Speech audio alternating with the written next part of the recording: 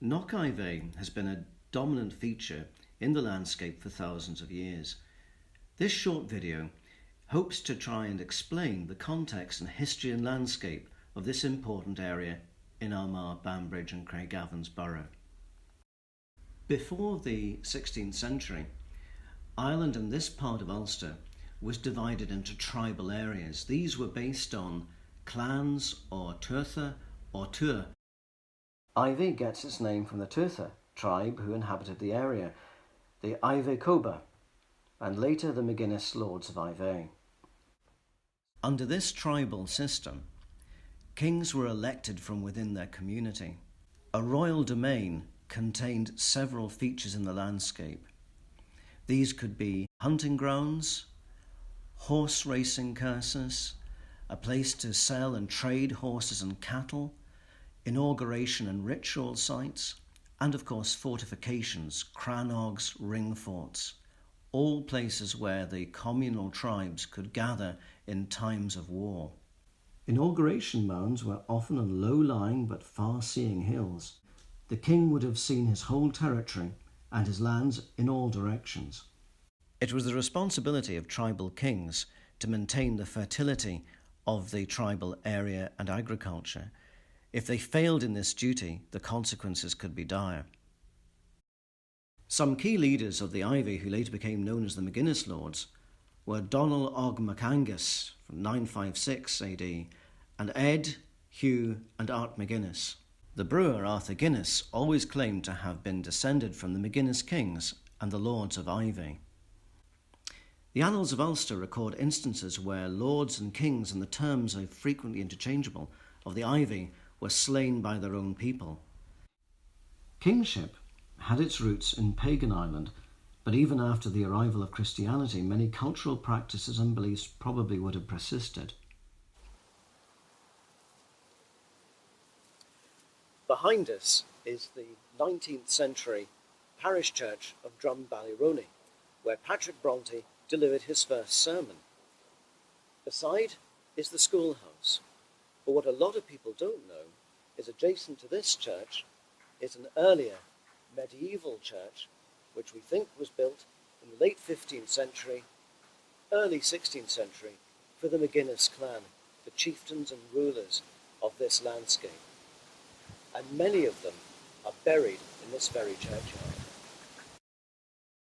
Rathryland Castle was built by Sir Art Magennis in 1611 and destroyed in 1641. It has a commanding view of the landscape beneath it. Another notable castle, See Finn, was also held by the family. The name of this castle, Finn's Seat, is reflective of local folklore, which still tells that the castle, which was actually built in 1252, was built by Finn MacCool. We also know that a number of standing stones in the locality were said to have been, quote, put there by Finn MacCool. MacCool legends are synonymous with kingship in Ireland. They are all clues to the royal inheritance of this area. And here we are at Ardbryn, which is just outside Annaclone. It may look like a normal bog. It's not. This is where the Ardbryn horn or trumpet was found in 1809.